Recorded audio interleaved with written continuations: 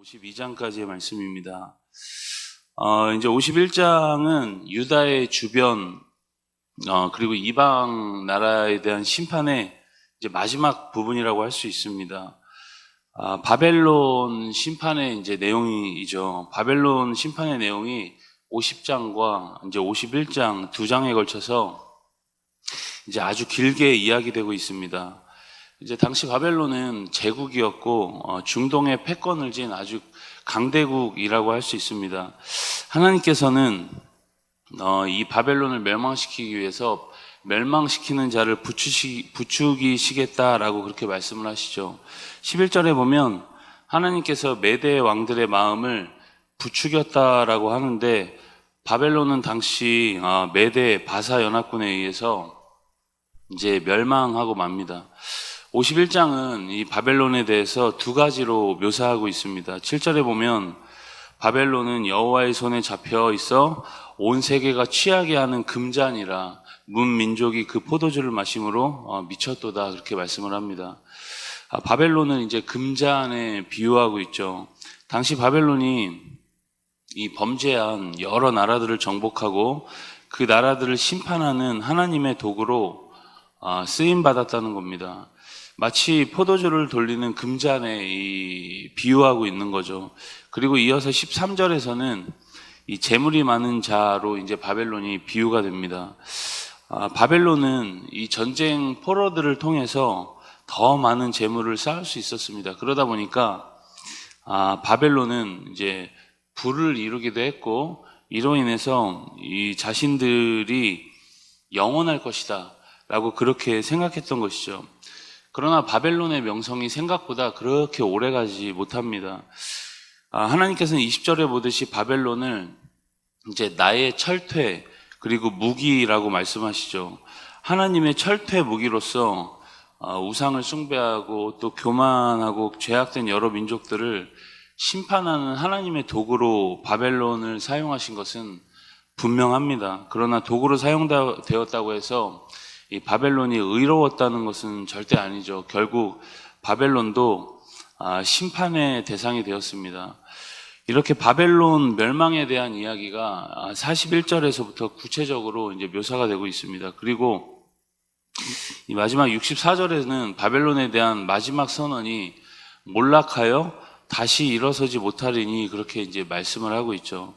여러분, 이렇게 초강대국의 운명도 하나님 손에 달려있다는 것을 51장은 분명하게 이야기하고 있습니다.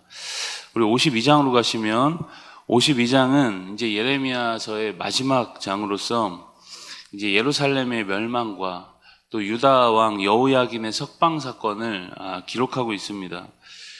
예루살렘 함락에 대한 기사는 사실 36장에 이미 36장에 살펴봤습니다. 그런데 길게 이방 나라에 대한 심판에 대한 이야기를 하고 또다시 이 마지막에 유다 멸망의 이야기를 함으로써 그들에게 다시 한번 중요한 가치를 이야기하고 있는 거죠. 52장은 이제 예레미야의 예언이 현실에서 어떻게 이루어졌는지를 보여주는 이제 부록과 같은 역할을 하고 있습니다.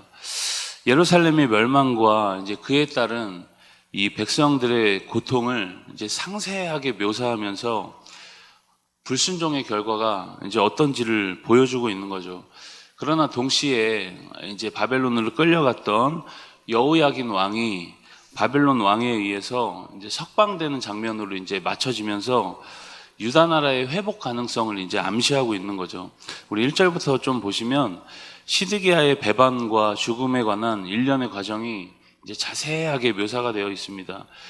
시드기야뿐만 아니라 유다의 지도자들과 백성들까지 이제 바벨론으로 싹 다 끌려가죠.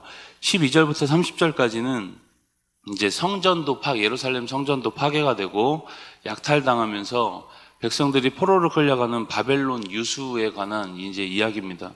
유다의 종교, 행정, 그리고 군사에 있어서 모든 지도자들이 다 바벨론으로 끌려가게 되죠. 그래서 유다에는 재건의 소망도 없고 그곳에 남은 자들을 이끌어줄 사람들도 남지가 않습니다. 그러나 이런 처참한 이 망국의 상황 중에도 예레미야서는 소망적인 내용으로 그 말씀이 맞춰집니다. 31절부터 34절까지의 말씀이 이제 그 내용인데, 여호야긴 왕이 이제 이제 감옥에서 풀려나게 된다는 거죠. 그리고 사로잡혀온 모든 왕들 가운데서 바벨론 왕이 그를 높여줍니다. 왜 마지막에 이런 이야기가 배치되었을까요? 단순히 여러분 역사적인 사실을 알려주는 것을 넘어서서 여전히 희망의 등불이 이 유다에 꺼지지 않았음을 이제 저자가 이제 이렇게 암시를 하고 있는 거죠.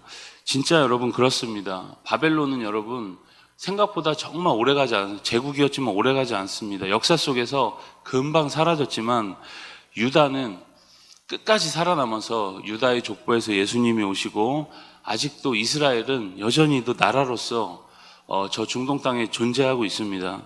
이것이 여러분 하나님의 놀라우신 섭리라는 거죠. 여러분, 우리가 간혹 죄악 중에 거하고 우리가 많이 부족하고 어리석지만, 그럼에도 하나님은 자신이 택한 백성을 절대 버리지 않습니다.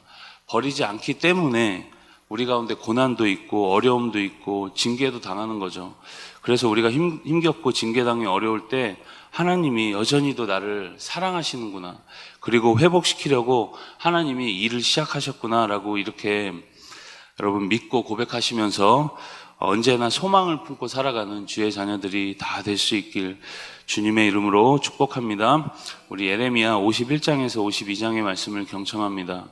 주의 말씀은 내 발의 등이요 내 길의 빛이니이다.